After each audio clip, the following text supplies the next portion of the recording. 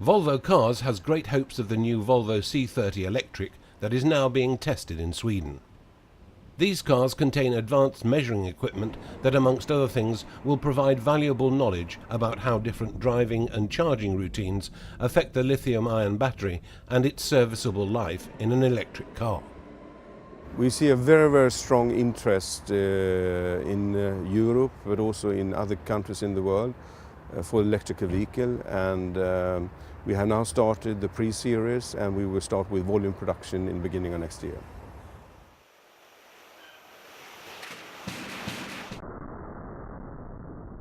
For Volvo, safety in a car is just as important as caring for the environment, which is why they have also carried out many careful tests in order to find the optimum location for the large high-tension battery.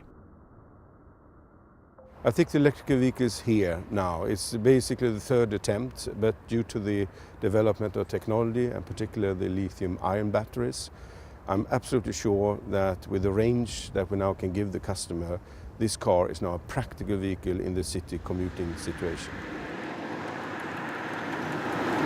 This car has a top speed of 130 kilometers an hour and acceleration from 0 to 100 in just over 10 seconds.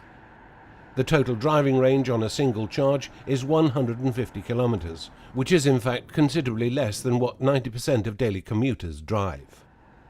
A lot of people don't drive more than that. I think the average, about 75% of all daily driving needs in Europe are below 50 kilometers.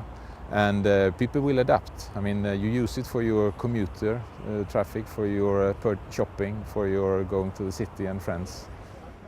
Richard Bremner, who is the editor of Clean Green Cars in the UK, thought it a good idea that Volvo had chosen to develop its first electric car based on an existing model.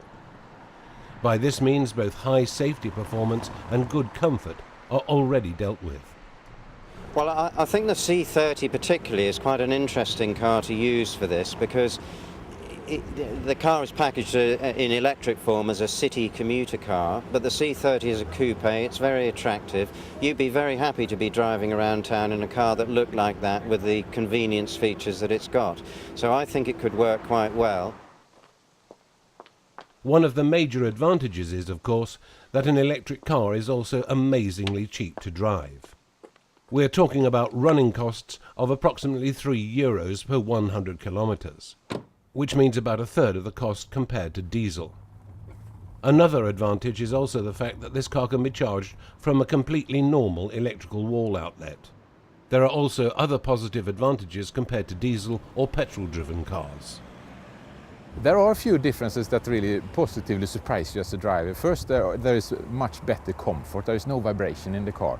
I mean, obviously there is no internal combustion engine, so the car take off and the comfort, it's very much more steady on the road. Plus there's a very smooth and nice acceleration, and an electric engine gives you the power immediately. Most people agree that electric cars will represent a major share of future motoring, which is why Volvo will now allow normal families to test these electric cars in order to investigate how driving habits change.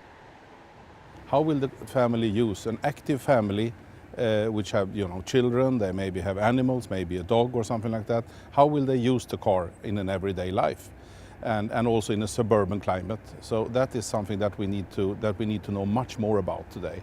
And I think that's probably the major part. And of course, we are early when it comes to electrification of cars at Volvo, and we are very proud of that. So, breaking new ground is important, but we need to know that everything we do is right.